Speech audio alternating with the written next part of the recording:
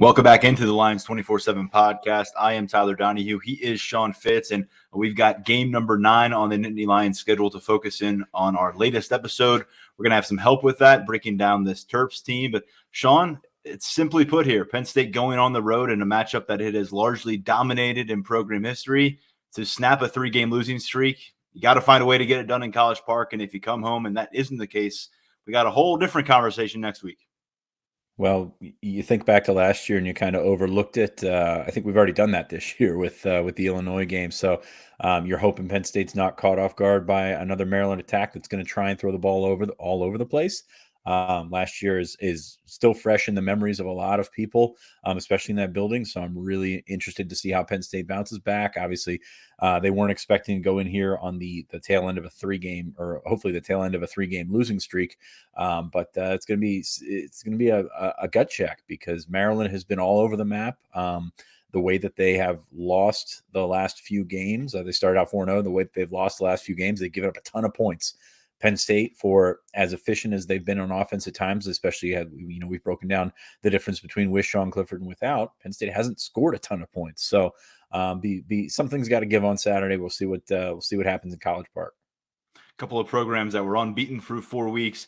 Maryland hit their 3-game losing streak in early stages of October. That started during that 3-game losing streak. Sean outscored 151-47 by Iowa, Ohio State, and Minnesota. They rebounded with a win against an Indiana team that's now 2-6 last week, a 3-point win. They coughed up a bit of a lead in that matchup. It got scarier than you thought it might be for Maryland. But by the way, Taulia Tagovailoa, and that's probably the last time I'll try to pronounce his entire name this episode, is a guy who comes into this matchup, and he's an interesting one. There's a lot of respect, and we'll talk about this with the Maryland beat reporter who's set to join us, but a lot of respect for how he's turned that position around for the Terps. It's been a night and day kind of situation for them, what they're capable of at quarterback right now. We saw it in Beaver Stadium last year, and you're going to have to prepare for that in College Park this time around for Penn State's defense.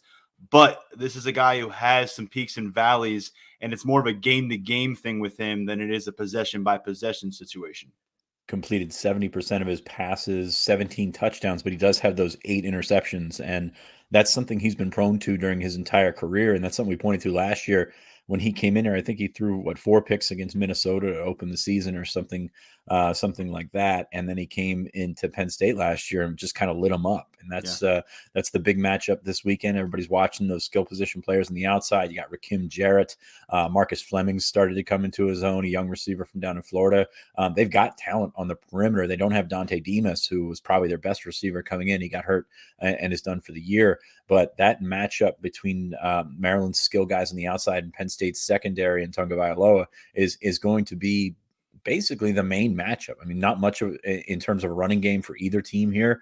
Maryland's defense is beat up, specifically the linebackers. So Penn State should have the opportunity to move the ball. But you think what it comes down to, Maryland can move the ball in the air. Tagovailoa averaging 298 yards per game passing. Now, a lot of that they've in the last couple of weeks, especially, they've had to throw the ball a lot, but at the same time, they've done so, and they've done so successfully. So it'll be on that secondary. We think that secondary is pretty darn good, and we'll see if they can maybe turn it around after getting just absolutely torched last season.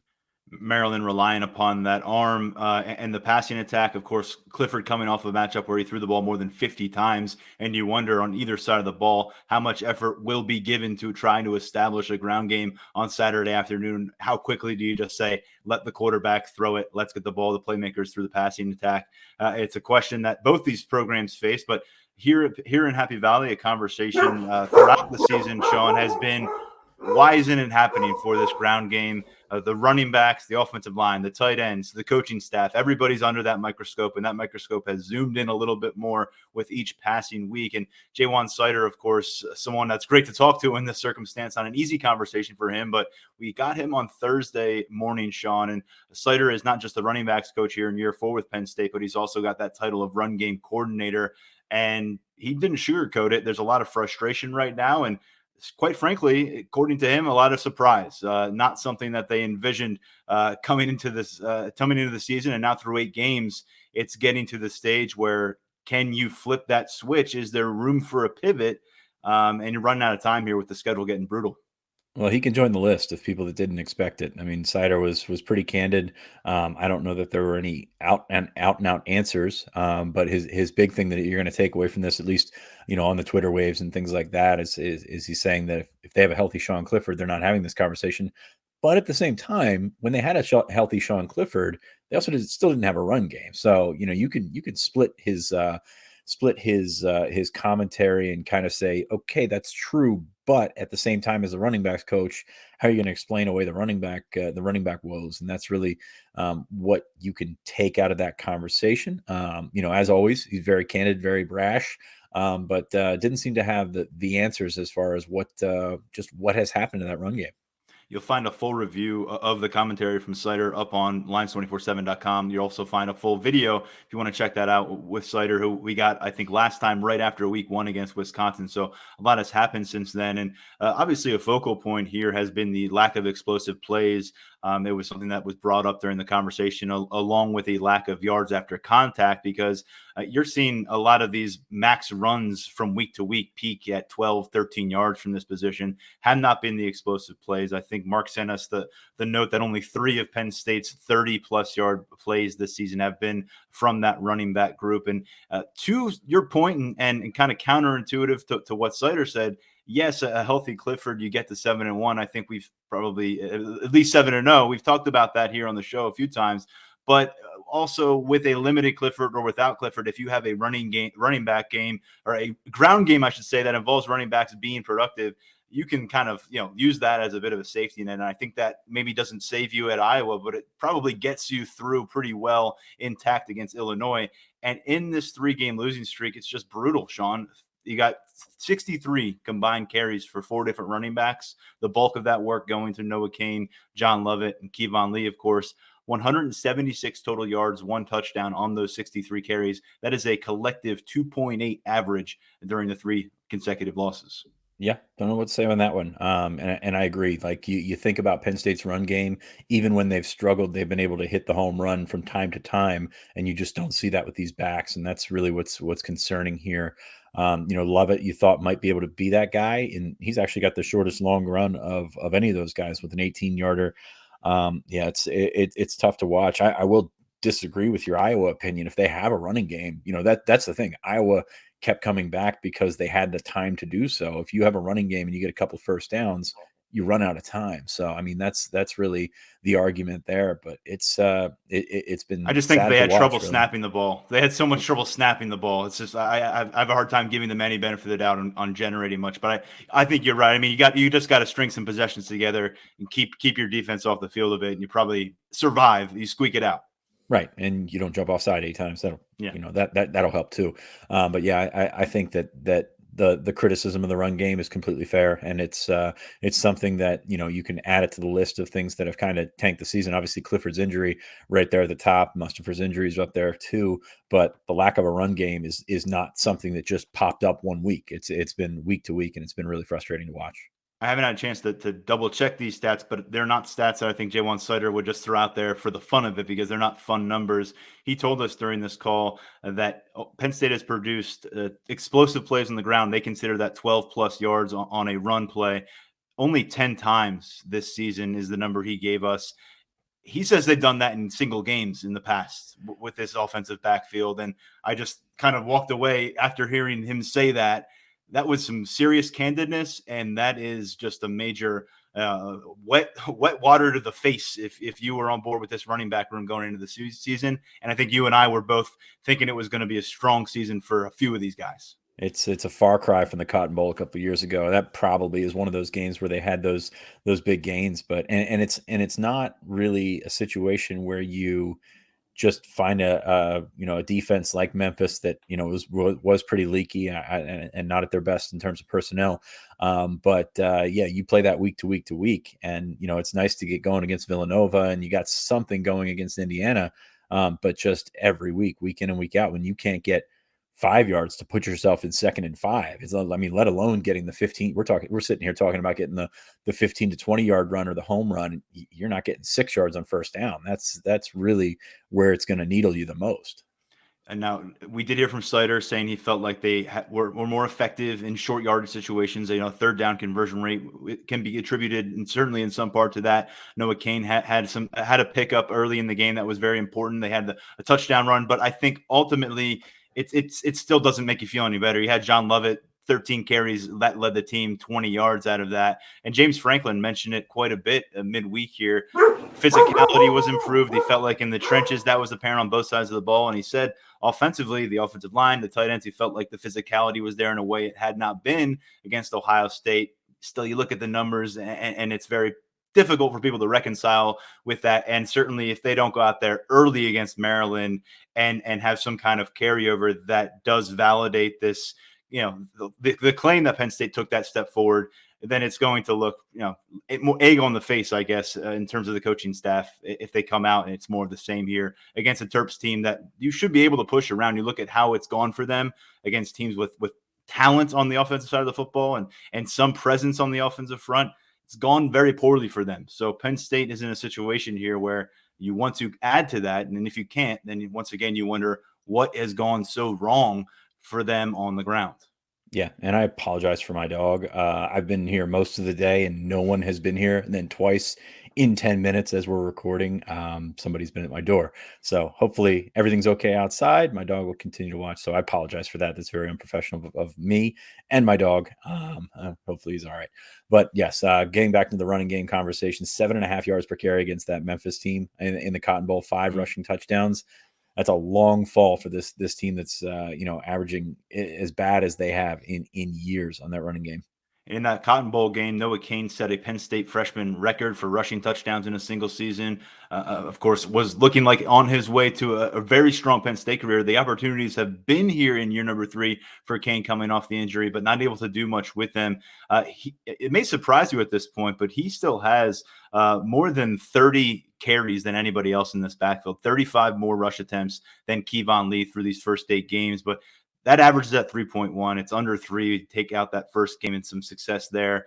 And it's hard to hear Sider talk about this. And I know not a lot of sympathy right now because people want progress and they want production on the ground. But Sider has known this young man for a very long time. He wouldn't be here at State College. Probably see that for a lot of the running backs without Sider. And everything we heard all offseason was how excited both Cain and Sider were that he was going to get this second chance to be the starter for this team after it went so poorly in the first series last year.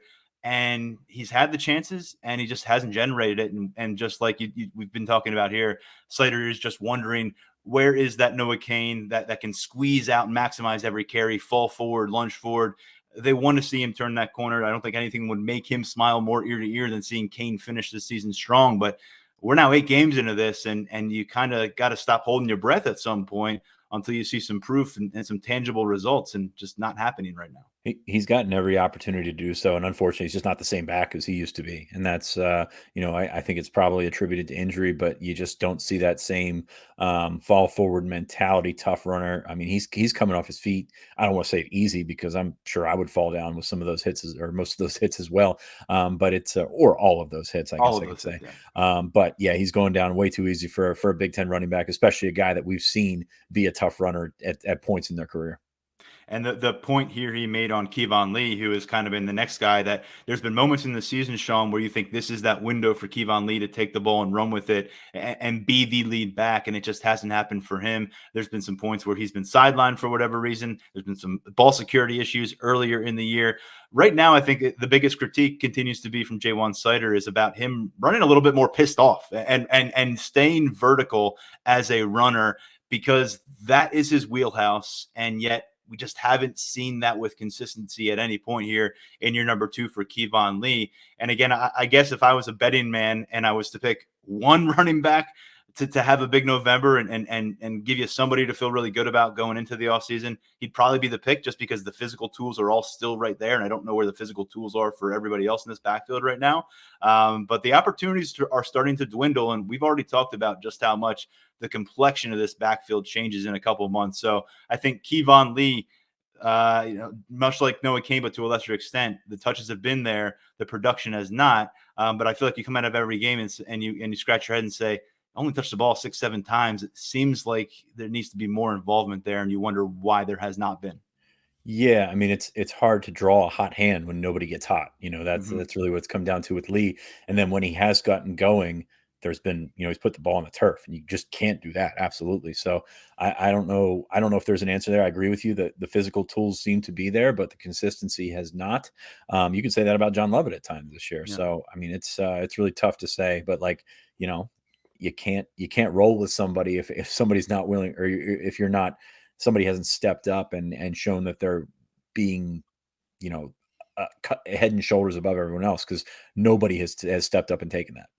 Availability has been an issue for John Lovett during his first season here. He's down to 4 or 5 games left in his college career, with 1 year of eligibility coming in as a transfer. Devin Ford clearly kind of it locked in as that fourth option right now. If he's available, he was a practice participant when we saw him. And then I just want to address Keziah Holmes real quick, because this is a guy who we have both been asked about at different points during the season. And certainly sounds like nothing has changed on that end. Jaywan Sider content. Well, I wouldn't say content is the right word, but Jaywan Sider sticking with the plan that he's in a developmental situation. We have seen Keziah Holmes working as a scout team player this year, has not been taking those varsity reps with the other 4 scholarship running backs that we've mentioned. And I think that will continue into November. And at this point, he has the 2 games that he played in against Ball State and Villanova, I believe, has not shown up on the field against Big Ten opponents. And a guy that, because of how things played out in the depth chart ahead of him last year, got a lot more volume of work as a true freshman than anyone anticipated. And here in year 2, it's a role reversal. He's been tucked away on the practice field. And I think Sider has challenged him in a few different ways. Very curious to see how he enters the winter, because he's somebody that came to campus a couple of years ago, I think, with a really interesting arsenal and skill set athletically. And you thought maybe there's a couple things he could do for you on offense. To this point, still a lot of questions about Keziah Holmes. Yeah, for those looking for a big play threat, I mean, he's your fastest guy back there. So I'm surprised he hasn't got more of a look. But you see, he's played in 2 games this year. He has that red shirt available, so seems like that's part of the plan, and he's got to trust that process. To me, that's tough to learn on the job and then have to take a back seat, especially at that position in college football with the portal being right there.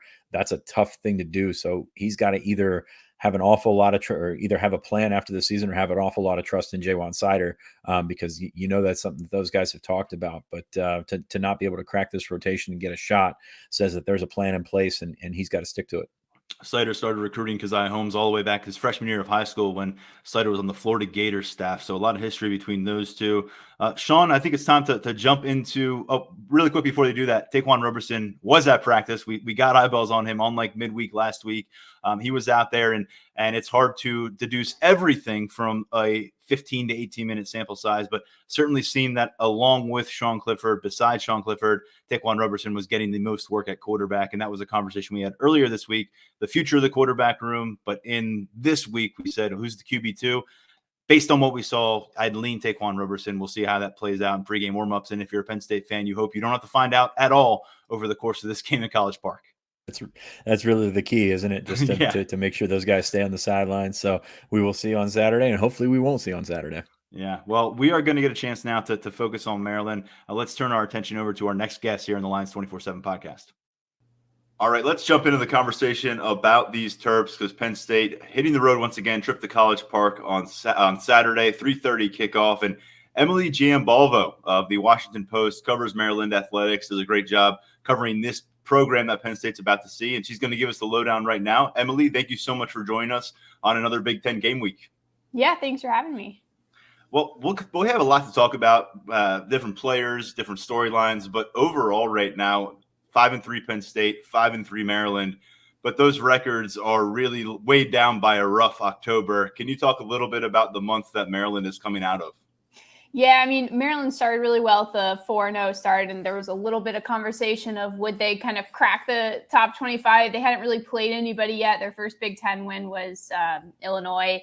And there were still a lot of questions. And then what happened was there was just a pretty hard stretch with Iowa, Ohio State, and Minnesota. And I think when you kind of look at Maryland and Penn State, they have the same record, but you can just go straight to kind of those games against the top opponents. And at least Penn State's competitive, and Maryland just absolutely wasn't. And I think that was the most worrying part of the losing streak. But, they finally ended that with Indiana, and I was thinking about this with Penn State, and it seems like Maryland kind of gives Penn State that same opportunity, maybe a lower tier Big Ten team, and helps them kind of get back on track.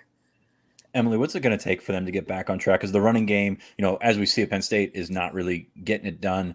But that passing game has been very hot and cold. Of course, Tagovailoa, that's kind of been the story of his career so far. So where's that passing game, and how much are they going to lean on that this weekend? Yeah, I mean, Maryland's very much kind of a pass-first type offense. They have Tayon Fleet-Davis as a running back, but he hasn't had any huge games so far. It almost reminds me a little bit of Penn State, just how the offense works. And, it's hard because early on he was really relying on particularly Dante Demas, who I think is probably one of the best receivers in the Big Ten. Then he gets hurt, Jayshon Jones gets hurt, and now suddenly you're looking at a receivers room that doesn't have as much depth. Maybe there's more attention being paid to Rakim Jarrett, who's another kind of young, talented receiver. But I think for Maryland, really, if they can start fast, they really put an emphasis on starting fast against Indiana, trying to kind of go out with tempo and score early, and they did, and then they're kind of went into a lull for a little bit, but I think that could be the same recipe against Penn State. And then I also wonder, I mean, not to get too like meta about it, but just thinking like, for Maryland, a win here would mean a ton. It would be below eligibility and beating one of these top Big Ten teams. And then I kind of wonder, like, I don't know much about where Penn State is, but you kind of wonder if maybe like for Maryland, this would be such a big win. And if Penn State doesn't come out, totally on it, then maybe there's a scenario where Maryland could upset them. But I still think that would be pretty hard. How much is there kind of just waiting for the other shoe to drop, though, among the Maryland fans when there's a game like this, a setup like this, where it feels like this could be kind of a launching pad, could get the program to that next step, and then they fall flat? I mean, case in point, the 59-0 result on a Friday night a couple of years ago. Is that something that this program still needs to overcome too, kind of getting in its own way in key moments? Yeah, for sure. And that Penn State moment from 2 years ago is kind of like the epitome of what happens to this program. Anytime there's a little bit of excitement, people start to almost dream way too big, thinking that Maryland might be able to take down one of these top teams. And we saw the exact same thing with Iowa this year, because that was Maryland's 4-0, and then they play a pretty good Iowa team, at least back when Iowa was, undefeated and doing well. And then that was just a complete disaster. So, if you look at it, Maryland has only been 3 ranked teams in the last decade. And I mean, that's really all you need to know. Like, these things usually don't go well for Maryland. And that, I still think the first step is being competitive. Like, I don't think we've seen that yet. I think Maryland first needs to show it can be competitive against these top 10 or top teams. And then after that, maybe you can start having the conversation about trying to win some of them. Emily, a multi-part question with the passing game. The Demas injury seemed to change just basically everything, but you still got Rakim Jarrett. A guy that I like, Marcus Fleming, has really seemed to be coming into his own the last couple of weeks. So, what kind of threats on the outside is Maryland going to bring, and how much do they miss Demas just week in, week out? Yeah, I think the loss of Demas really hurt, and it kind of coincided with when the schedule was getting harder, and you kind of wonder how much of it is causation there. But I do think kind of Talia and Demas had a really good connection going, and they had kind of been there. Demas had been his favorite target for a couple of years now, both last year and this year. And what I think that really helped with, because then you're getting Demas and Rakim Jarrett and maybe Jayshon Jones or the other talented receiver on the field together. And then that just makes the matchup so much better. Whereas now Rakim is such the clear best target that I think his life has become a lot harder, maybe getting the better matchup. And he just hasn't been super consistent. But I kind of wonder if this could be a big game for him. He was the one who was really great against Penn State last year. And then you're seeing, like you said, kind of these unproven players like Carlos Carey or Marcus Fleming who have stepped up big time. And Brian Cobbs is another guy who Loxley mentioned this week as someone who they could be looking for to have one of those breakout games. But I think, really the loss of Demas is just big loss of talent and ability. And just like a comfort level with Talia. I think Talia felt really comfortable knowing if he, threw a 50-50 ball, Demas was probably going to be able to get it. So it's hurt a lot, but you haven't really seen Maryland stray from kind of that pass first offense. And I think that's just who they are and who they need to be.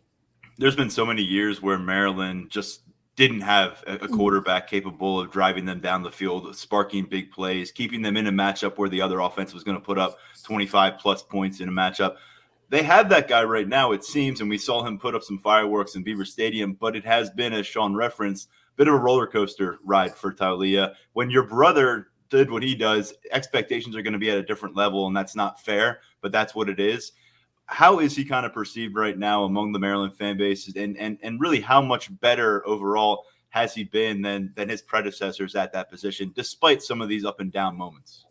Yeah, no, I did a story last year in kind of the Maryland quarterback history, and it's like even worse than you could imagine. I mean, the number of season-ending injuries and ACLs and instability and transfers and people who come in at a different position and get thrown into playing quarterback because of injuries. It's like, I don't know if any other school could compete with what Maryland has dealt with in the quarterbacks room.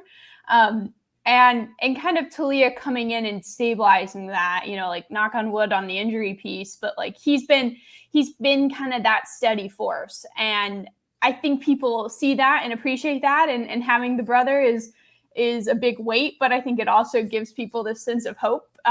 It is kind of funny because it seems like Maryland just tries to do like almost like the knockoff version of like Alabama or the top teams. They're trying to be that. They can't quite get the real thing, but they're getting the pieces that sound similar and feel similar.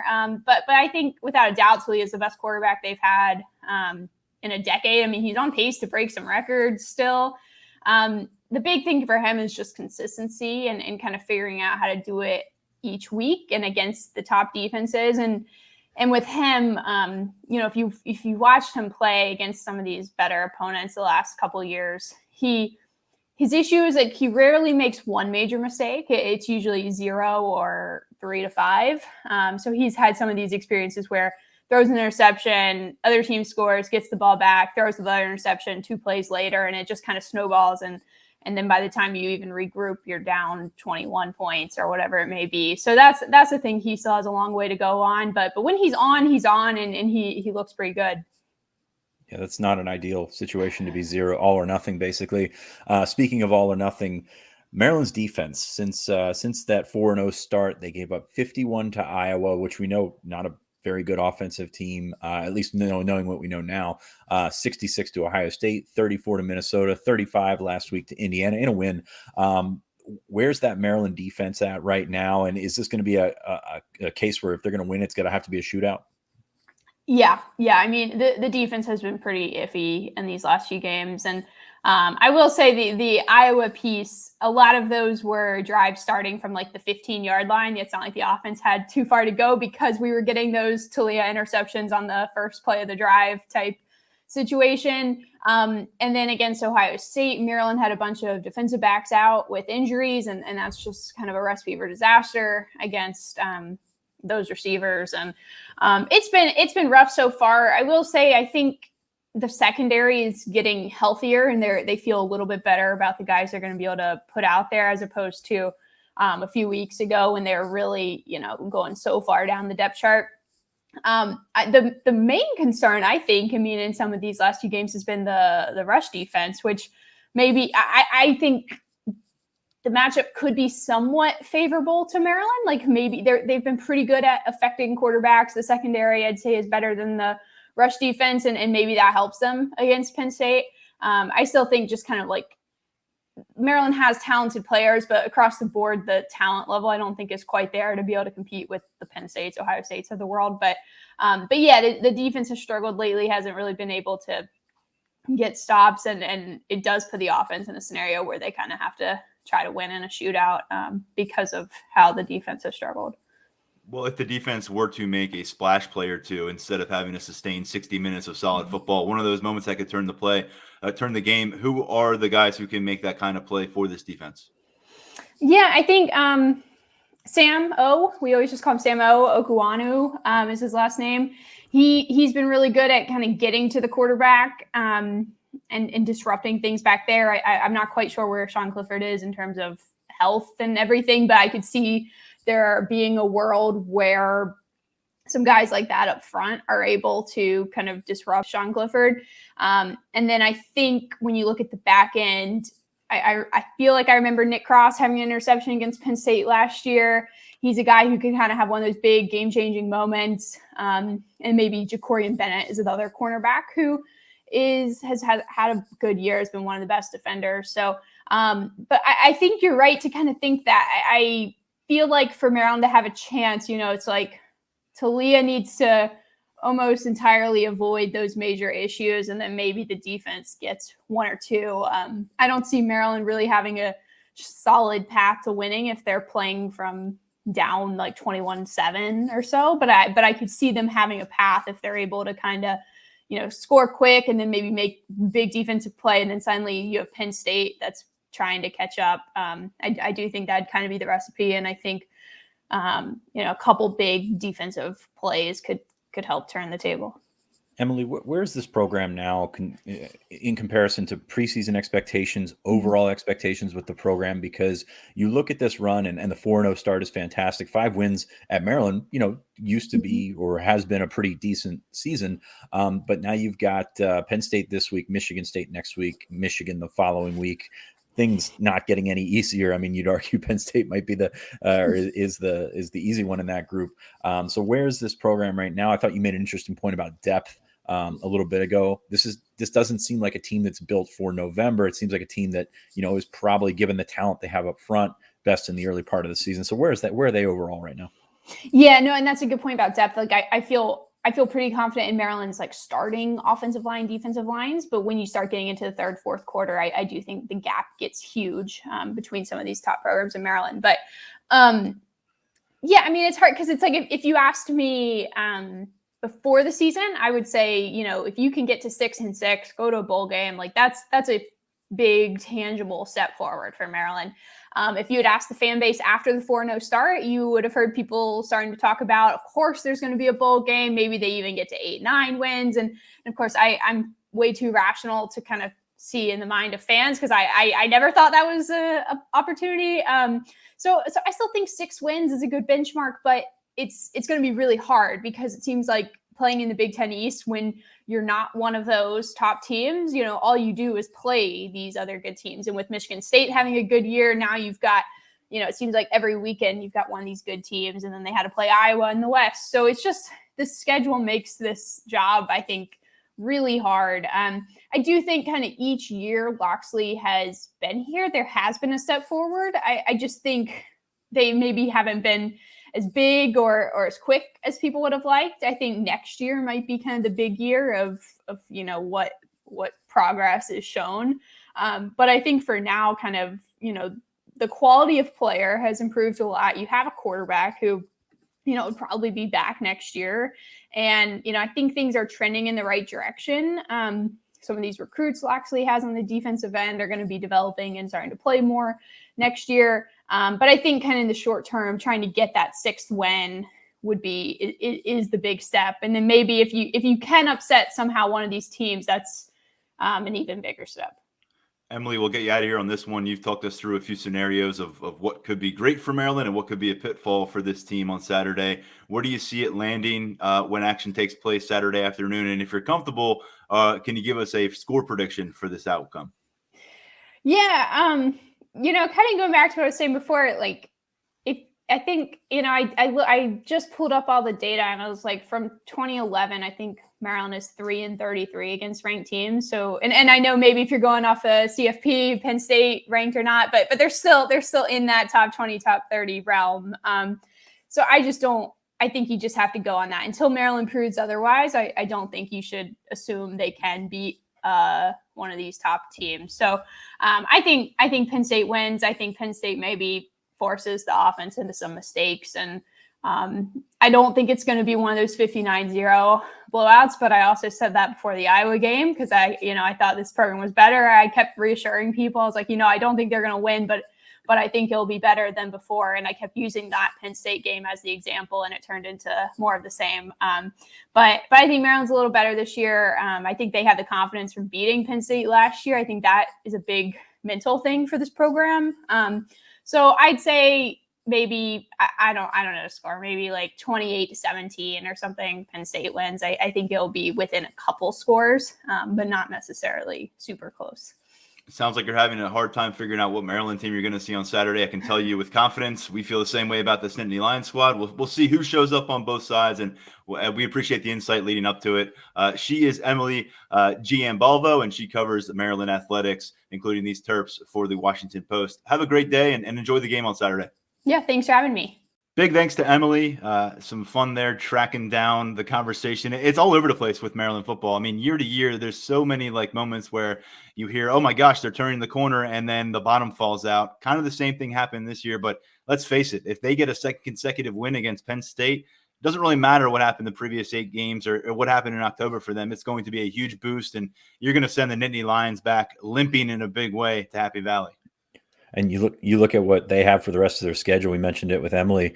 You got Michigan State, Michigan, and Rutgers. And Rutgers is a team that, could beat Maryland and keep them, if Penn State wins this weekend, can keep them from playing in a bowl game. So it'd be really interesting to see how they handle the rest of the year. They can put up some points. I'm not sure that they can stop anybody. And you hope for Penn State and their offense that has needed some space this year. From that angle, you hope that they can really continue that run of schools or of programs putting up big points against the Terps. Well, Penn State has put up a ton of points against the Terps and a ton of wins against Maryland. Before last year, this was just absolute dominance for the most part. Of course, the game that started with the no handshake was a loss for Penn State. Feels like a while ago. That actually was brought up during some calls this week. But 43-1 all time, Penn State against Maryland.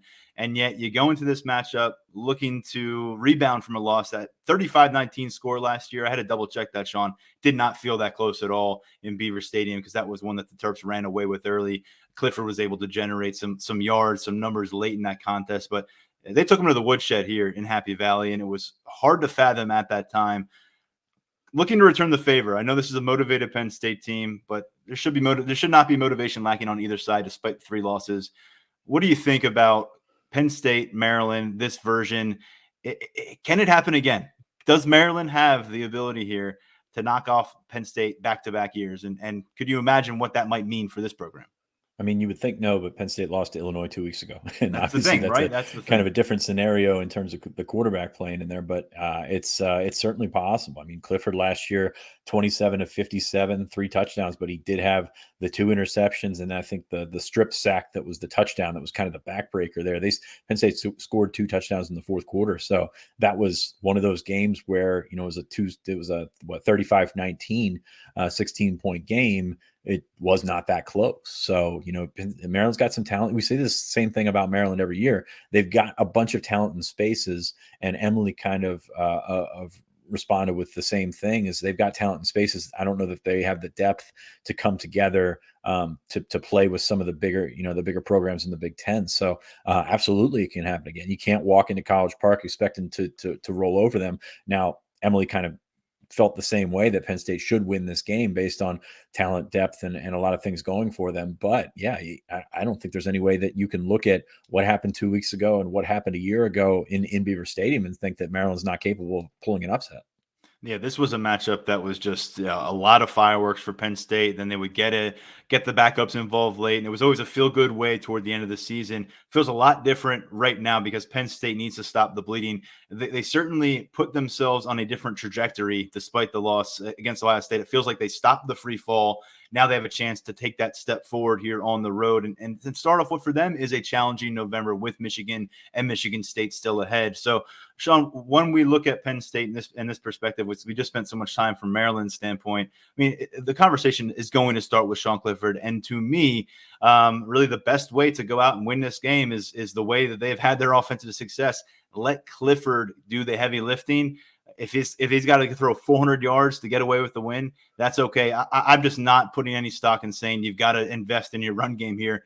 If it's going to happen, great. If it clicks, that's awesome. But I think you go into this game and trying to get the ball downfield, trying to produce explosive plays, because you look at how Maryland has fared they are very susceptible, I think. And Penn State has the weaponry. Parker Washington, Keandre Lambert-Smith, Jahan Dotson, starting points there. And if Sean Clifford is as healthy as he was against Ohio State, and you think maybe taking a step forward, we'll see after 4 sacks and some hits, it could be one of those big-time passing performances. And then you just got to hope the defense makes a few plays. And because let's face it, this could devolve into some kind of Tagovailoa Clifford battle. I would not be surprised at all. And then you're waiting to see who's the first guy to throw 2 or 3 interceptions.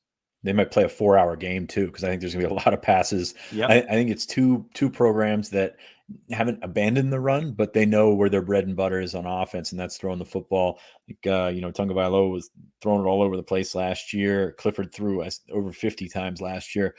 So I think that's probably what you're going to go to. As I said in the open, the big matchup that you're watching here is Maryland's receivers and their skill players on the outside against Penn State secondary, which Penn State secondary last year pretty well toasted in that game, but you feel a lot better about the way that they're playing. Those 4 guys and Daquan Hardy as well. You feel a lot better about being in the right spots and maybe, coming down with a turnover or something like that. 8 interceptions for Tagovailoa so far this season. So you could see that continuing to go. Maryland's banged up. They're banged up in the secondary, and they've given up a lot of big plays, especially through conference play in that losing streak. So you do get a shot to go with Dotson. You do get a shot to go with those receivers where they can bust some plays off. The linebackers have been hurt. So there's a lot to, this is kind of what we talked about with Emily. This team had a lot more going for it in September when it was healthy. And you could say that about everybody, obviously, but this wasn't a team that is built to make a long run in November, just because they're missing some key guys at key spots. The running backs there, Falamatu, I messed that one up. Falamatu and Fleet Davis, the 2 main guys right now. Penny Boone, probably going to play a game time decision, and then Isaiah Jacobs is out. So we'll see what happens with that run game. But Penn State, if they can come out with like they did last week on the defensive line and sort of try and control things, you're going to have a little bit more luck doing that against Maryland than Ohio State. So you've got an opportunity to sort of control things from the front and let it filter back to the back, and maybe you get a turnover or something out of that. Jarrett has become such a vocal point because of how the personnel has panned out with injuries for this offense. And that's one that I can't wait to watch. Much like last week, you don't have the arsenal by any means of what Ohio State brought to the table. But I said this a couple times coming out of the Buckeyes game.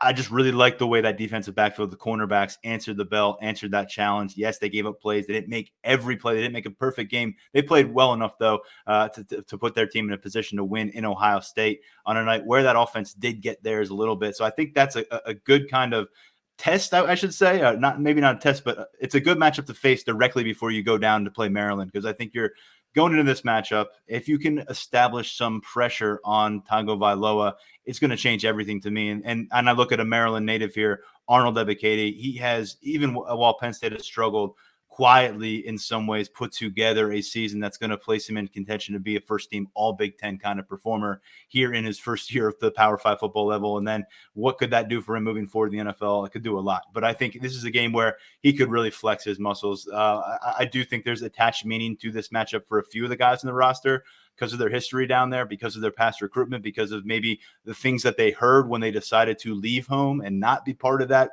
brick-by-brick process that Maryland wants to do down there. And I think Ebiketie in this matchup, 2.5, maybe even 3 sacks, that kind of performance to me. And that's really going to dictate where I land with this one. But he is the guy I'm circling for Penn State's defense, along with Daquan Hardy in that slot, that I think can really break Maryland and put Penn State in a spot where maybe they can get some comfort as this game gets late in the game. A bunch of Maryland guys on that defense. You mentioned Ebiketie, but Derek Tangelo is a Maryland guy. Devon Ellies, there's been a lot of talk with him this week. We got him this week because I Izzard, Curtis Jacobs, and Tariq Castro Fields as well. So you've got an opportunity for those guys to make some plays. I think Curtis Jacobs is going to be a very, very big part of what Penn State's trying to do. You mentioned playing Hardy in the slot, but they've rolled with quite a bit with Jacobs out there because he's athletic enough to cover those guys. So I wouldn't be shocked if he were one of those guys to get his hands on the football this weekend as well. And that's big. You didn't come up with the turnovers that you were hoping for on the road at Ohio State. You fell in the turnover battle. This one feels like the turnover battle is everything every week. But with these two quarterbacks and kind of the moments that we've seen from each of them, not so much for Clifford this year, but a couple times in recent weeks where there's been errant throws, it can really bite you here. I think it's going to be a close matchup, Sean. I don't know where you land on your prediction quite yet, but I agree with Penn State being favored. Coming in with a 3-game losing streak, you got to look at everything in context. How are they coming out of that? I think they're going to go out and I think they're going to play motivated, inspired football. If I'm wrong, then I have the wrong read on this team, and we probably have had the wrong read on this team coming out of some of these matchups this year. I'm going to go 30-24, though, Penn State. Again, the big storyline here will be getting it done through the passing game. I think Jahan Dotson snaps that 3-game drought of reaching the end zone as a receiver, and I think Sean Clifford is going to flirt with 400 passing yards. I'm not banking on the ground game to put this one away or to help create some separation, and I also think that Maryland will produce some explosive plays, but ultimately the defense forces a late turnover or two, comes up with an interception off Tonga Vailoa. They win 30-24, get to come home at 6-3 and see what they can do with this final 3-game stretch. I have Penn State winning as well. I have it a little bit different. I just look at the stretch that Maryland's on and the health of the status of their defense, especially from a health perspective. And it's going to be tough to keep Penn State from scoring some points. Now, Penn State scoring some points, sometimes that means 50 points for Penn State. This year, you're looking at more like 30. I have Penn State winning 33-18. And I know that, as you mentioned, the potential for last year to happen, the way that it happened, probably not, but the potential is still there. I mean, Maryland's got some talented guys, and you've got a veteran quarterback out there. I do think that Penn State, that James Franklin remembered last year. You remember everything you heard after that win last year, which there's a lot of talking after that win last year, and rightfully so. Maryland, beat them up and down the field. But on the recruiting trail, things like that, there's a lot of talking, and I'm sure that he'd love to give them a 59-0 again. I don't really see that one coming to fruition, but I have Penn State winning 33-18. I think they can hit some big plays. I think Jahan Dotson has an opportunity to have a really big game. And again, you get to the things that made you successful last week. That's Theo Johnson and Parker Washington across the middle. Again, with you, I have abandoned the run game as well. So we'll see how much damage they can do through the air. And I think they're going to see a lot of passes from both sides on Saturday. And that's all well and good, but then Clifford's taking shots, and we'll see again. You hold and you just kind of say, well, what's he look like coming up from each hit? Because we know how quickly that gets dicey. I'm not taking anything for granted. I don't know where Clifford is, but he did take some hits in that Ohio State matchup. If you're going to abandon the run like we're suggesting is going to happen, then on the other end of that, you've got to protect Sean Clifford. And right now, that's certainly not anything that's guaranteed with the way Penn State is playing. So it's still hanging in the air, or I guess probably a better way to put it is hanging below their feet and kind of leaving them ready for a free fall potential. Sean, picking a win, 6-3 would be a nice step in the right direction for us on the podcast in terms of changing our discourse. But we've got some stuff coming up here Saturday, post-game coverage, Maryland, Penn State, probably wrapping up around 7:00. We get through our post-game stuff. I don't know when we're going to get there.